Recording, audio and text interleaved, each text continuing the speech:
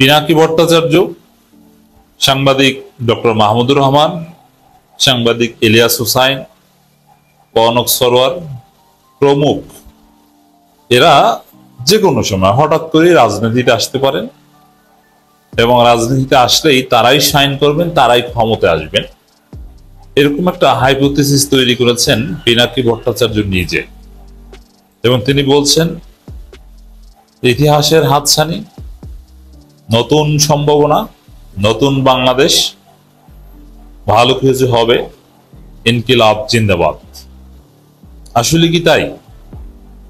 দেখেন, প্রথমে বলবো যে এটা খুব আকর্ষণীয় একটা টপিক আপনাদের কাছে, কারণ পিনাকি ভট্টাচার্য এটা আপনাদের কাছে এখন ইমোশনের নাম। মাহমুদুর রহমান, ইলিয়াস, কনক সরোয়ার তারা জনগণের কাছে ব্যাপকভাবে গ্রহণযোগ্য। আমি এর সাথে অ্যাড করলাম ডক্টর মিজানুর রহমান আজহারি, এটা উদাহরণ, তাদের মতো অনেকে। পিনাকি ভট্টাচার্য একটা ভিডিও বানিয়েছেন, বিএনপি জামাত এনসিপি কেউ নয়, কারা আসছে ক্ষমতায়? কারা আসছে ক্ষমতায়? এর উত্তর হচ্ছে যে পিনাকি ভট্টাচার্য, মাহমুদুর রহমান, আমি যেভাবে বলছি ওইভাবে না, পিনাকি যেটা বোঝাতে চেয়েছেন এটা আমার ব্যাখ্যা সহ বলছি, ইলিয়াসরা তারা ক্ষমতায় আসবে। কিভাবে?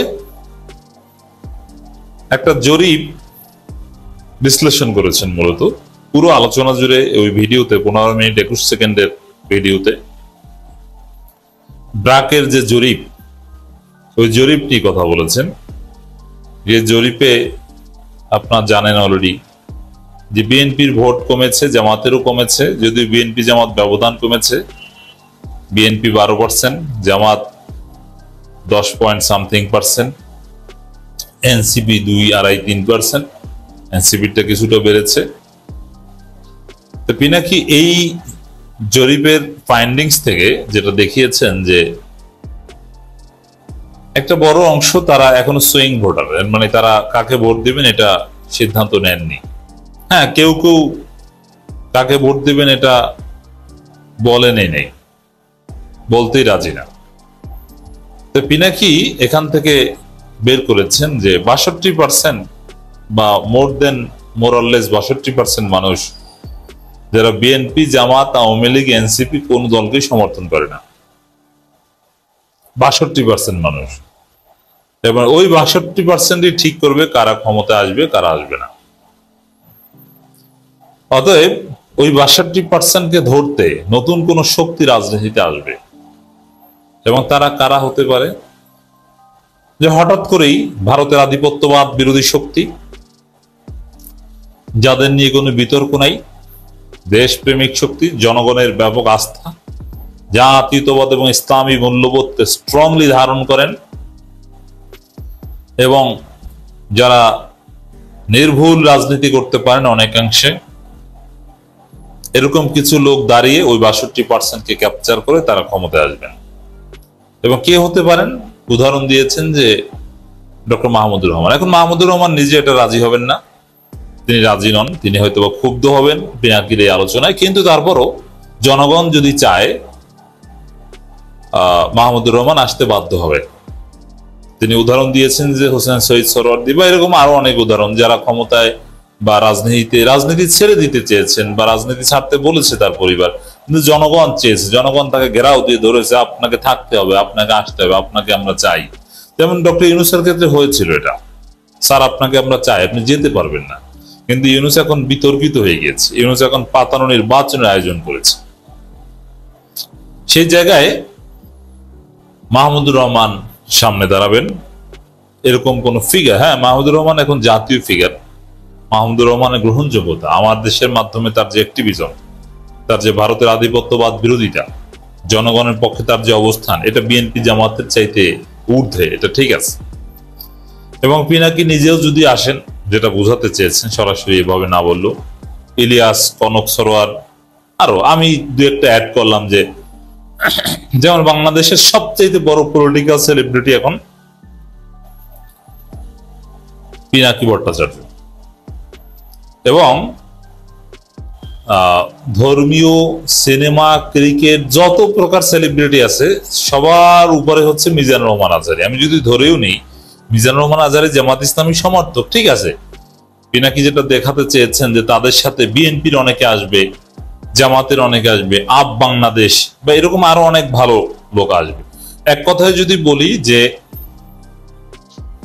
এখন পর্যন্ত রাজনীতিতে যারা বিতর্কিত হয়নি এবং বিভিন্ন দলের মধ্যে যারা তুলনামূলকভাবে ভালো, তারাই এই মাহমুদুর রহমান, ইলিয়াস, পিনাকিদের এই সম্ভাব্য কল্পিত দলে এসে তারা রাষ্ট্র ক্ষমতা এসে যাবে। পিনাকি যে জরিপের উপর ভিত্তি করে এত হিসাব নিকাশ করেছেন, ওই জরিপকেই তো আমরা অত্যন্ত দুর্বল মনে করি এবং উদ্দেশ্যমূলকভাবে মনে করি। অল্প কিছু লোককে, প্রায় 12.5 কোটি বা 13 কোটি ভোটারের বাংলাদেশে অল্প কিছু লোককে স্যাম্পল করে, মানে ভেরি লিটল স্যাম্পল সাইজ, একটা জরিপ করেছে যেখানে আওয়ামী লীগকে আনা হয়েছে, ইসলামী আন্দোলন বাংলাদেশকে আনা হয়নি, যেটা বিতর্কিত। সেই জরিপের উপর ভিত্তি করে একটা গোষ্ঠীকে ক্ষমতা এনে দিয়েছে। এটা ওভার সিম্পলিফিকেশন। এক, যেমন যার উপর ভিত্তি করে এই কল্পনা করেছেন সেই ভিত্তি দুর্বল। Is it possible? তো প্রথমে বলবো যে পিনাকির এই চিন্তায় যথেষ্ট দুর্বলতা আছে। আমি মনে করি না যে এটা সম্ভব হবে। আমি এটাকে একদম ভুল মনে করি। এটা যদি হয় ভালো হয়, এবং এটা যদি সম্ভব হয় আমি নিজে এদেরকে সর্বশক্তি দিয়ে হেল্প করব যে না, এরা ক্ষমতায় আসুক, যা দরকার টাকা পয়সা আল্লাহ যতটুকু সামর্থ্য দিয়েছে এবং কথা বলার যোগ্যতা, শারীরিক সক্ষমতা, এই মাহমুদুর রহমান, পিনাকি, ইলিয়াস, কনক সরোয়ার, তাদের সাথে যদি আলেম ওলামারা কিছু থাকে এবং জামাত বিএনপির একটা অংশ আসবে, ঠিক আছে, এটা অবশ্যই ওয়েলকাম করব, কোনো সন্দেহ নেই। ইমপ্রেসিভ একটা থিওরি বা আইডিয়া, কনসেপ্ট, স্পেকুলেশন। কিন্তু আমি এটাকে একদম বাস্তবতার কাছাকাছি মনে করি না। চান্স খুব কম, এবং এরকম হবে বলে আমি 10% বিশ্বাস করি না। হওয়া উচিত, কিন্তু হবে বলে মনে করি না। আর দ্বিতীয় হচ্ছে, বাংলাদেশের রাজনীতি যদি একদম ইউরোপ আমেরিকার মতো হয়ে যায়, আর সেটা হবে রাতারাতি, এটা সম্ভব নয়। এখনো বিএনপির যে সন্ত্রাস সারা বাংলাদেশে, আর জামাত ইসলামী সন্ত্রাস করে না, কিন্তু জামাত যে ভিন্ন মতকে একদম ওয়েলকাম করে তাও না। যেমন জামাত এবি পার্টিকে টলারেট করে না। এবি পার্টির লোকজন যদি জামাতের কোন নেতার বাসা ভাড়া নিতে চায়, জামাত কোন নেতার বিল্ডিং এর রুম ভাড়া দিয়ে অফিস করতে চায়, এটা কিন্তু তারা টলারেট করে না।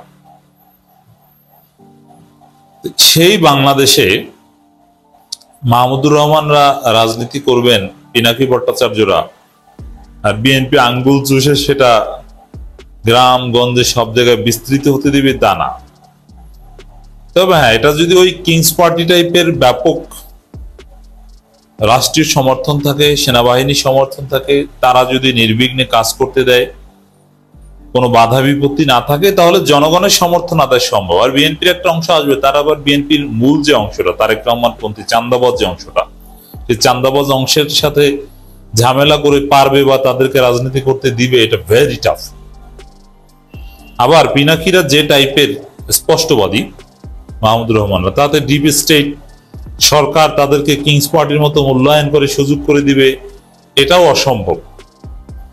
এই জায়গায় পিনাকির এই চিন্তা আমি মোটেই সঠিক মনে করি না। তবে এরকম যদি হয়, ওয়েলকাম হওয়া উচিত। এবং আমি মনে করি যে পিনাকি ভট্টাচার্য, মাহমুদুর রহমানরা জীবনে অনেক কিছু করেছেন, অনলাইন কাঁপিয়েছেন, বাংলাদেশ, নতুন বাংলাদেশ গঠনে অনেক অবদান তাদের আছে, দেশ স্বাধীন করতে অবদান আছে। এখন তারা রাজনীতিতে এসে একটা চমক দেখাক। আশা করি মিজানুর রহমান, আজহারীদের মতো কেউ কেউ বাই চান্স, মাহমুদুর রহমান থাকলে তারাও থাকতে পারে, জামাতের আর অনেকে থাকবে, আপ বাংলাদেশ আছে। পিনাকি ঝুঁকি নিলে সম্ভব। আমার আরেকটা প্রশ্ন, আপনি নিশ্চয়ই শুনেছেন যে এর আগে আগস্টের আগে বা আগস্টের মধ্যে আওয়ামী লীগের ট্রেনিং দেওয়ার জন্য একজন মেজরকে অলরেডি তদন্ত করা হচ্ছে, তার ওয়াইফকেও রিমান্ডে নেওয়া হয়েছে এবং আওয়ামী লীগের বিভিন্ন সংগঠিত হওয়ার জন্য অনেক চেষ্টাও করেছে। তো আপনার কাছে কি মনে হচ্ছে যে এই যে ট্রেনিং দেওয়ার ব্যবস্থা একজন মেজর দিলেন, এর পেছনে কি উনি আছেন বা ওনার ওয়াইফে আছে? এখানে নিশ্চয়ই একটা গ্রুপ কাজ করছে। তো সরকার সেই গ্রুপটা কেন ধরতে পারছে না বা ধরতে পেরেছে কিনা সেটাও আপনার কাছে একটা প্রশ্ন। আর মেজরের সাথে কারা থাকতে পারে? সেটাই বলছি যে মেজর সাদিককে ধরেছে, দুঃখজনক, অত্যন্ত পরিতাপের বিষয়, দুঃখজনক যে এখন কি বলবো, কান টানলে মাথা আসে, চলে আসে, সুতরাং বলতে হয়। মেজর সাদিক হচ্ছে আমারই কোর্সমেট মেজর জেনারেল জাহাঙ্গীরের মেয়ের জামাই, তার মেয়ে এবং তার জামাতা আমারই ব্যাচমেট, আমারই কোর্সমেট। এবং এদের চরিত্র আমি জানি, এদের চরিত্র বহু পুরনো চরিত্র আমি জানি, এদের চরিত্র কেমন। এটা শুধুমাত্র মেজর সাদিক করে নাই, তার শ্বশুরও এর সাথে জড়িত। জেনারেল জাহাঙ্গীর, জেনারেল জাহাঙ্গীর ছিল শেখ হাসিনার ছায়া।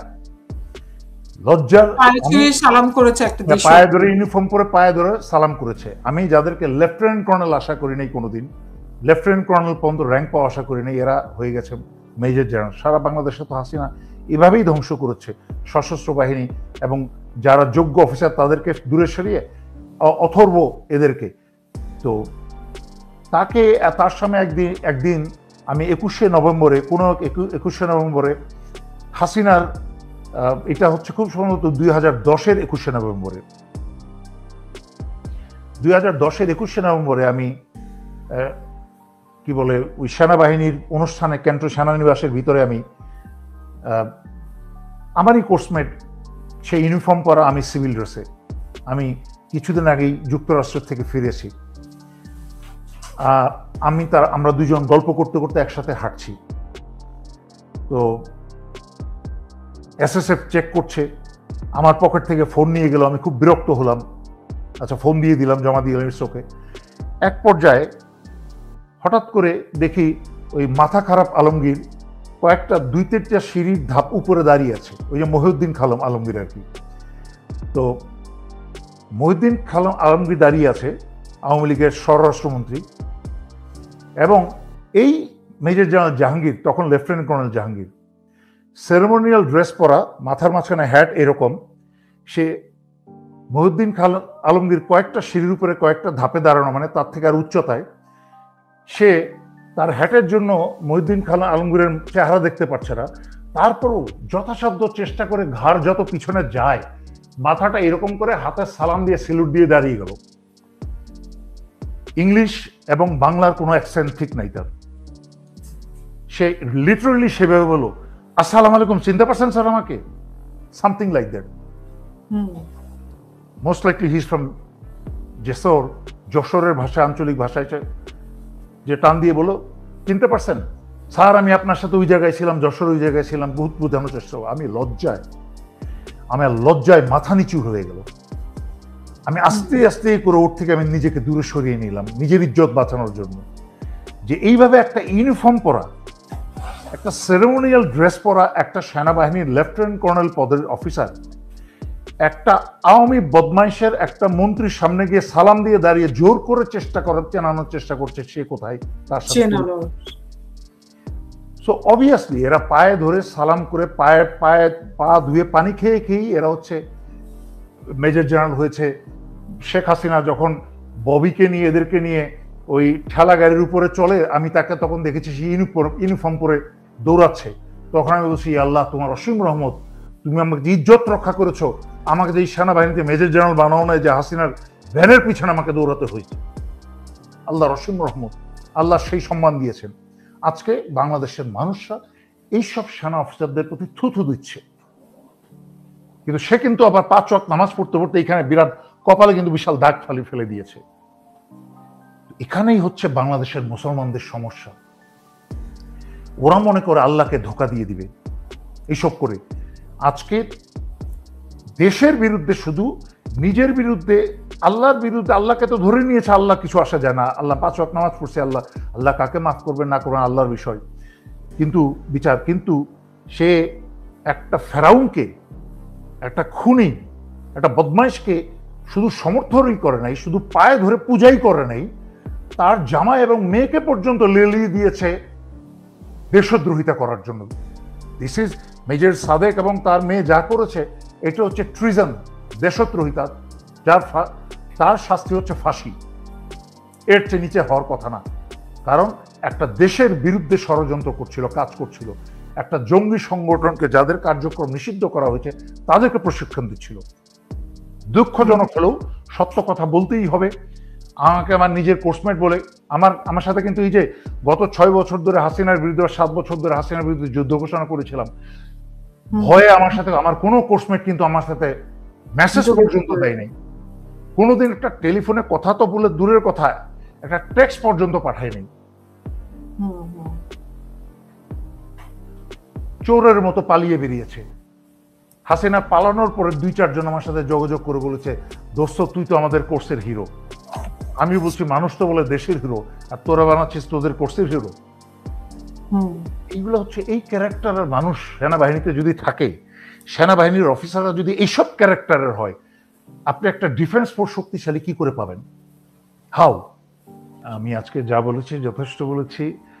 দেশের মানুষ যদি আল্লাহর রহমতে আল্লাহ যদি বোঝার তৌফিক দান করেন, আমার আজকের কথাগুলো এবং আগের কথাগুলো বুঝতে পারলে আলহামদুলিল্লাহ আমাদের স্বাধীনতা, সার্বভৌমত্ব এবং জনগণের যে জীবনের মান সেটা বুঝতে পারবেন। একটা কথা সবশেষে না বললেই নয়, বাংলাদেশিদের একটা ভুল ধারণা আছে যে ভোটাধিকার অন্য আর বস্ত্র হলেই বোধহয় জীবনের মান হয়ে গেল। সেটা হচ্ছে আজকের থেকে 50 বছর আগের কথা। এখন জীবনের মান কিন্তু শুধু ভাতে আর কাপড়ে রয় নাই। এখন বাংলাদেশের মানুষ ওই যে রাজনীতিবিদরা শিখিয়ে দিয়ে গেছে অন্য বস্ত্র ভোটাধিকার, না না না না।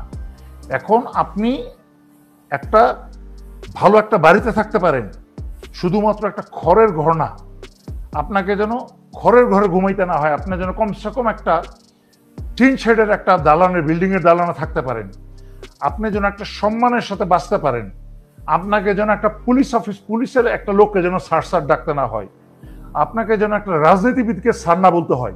আপনাকে জীবনের এই মানগুলো শিখতে হবে এবং আপনাকে জীবনের এই অতি প্রয়োজনীয় মানগুলো শিখতে হলে মেজর দেলোয়ারের মতো মানুষের কথা শুনতে হবে।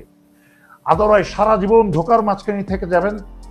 আর যদি কোনো পুলিশ আপনাকে বলে ঠিক আছে যান, সুন্দর ব্যবহার করে, ওই লোকটা তো অনেক ভালো, আপনি স্যার বলতে বলতে শেষ, বুঝতেই পারবেন না, জানতেই পারবেন না যে এই পুলিশের লোক হচ্ছে আপনার গোলাম, আপনার দেওয়া ট্যাক্সের টাকায় সে বেতন পায়, আপনাকে উল্টা স্যার বলার কথা তার।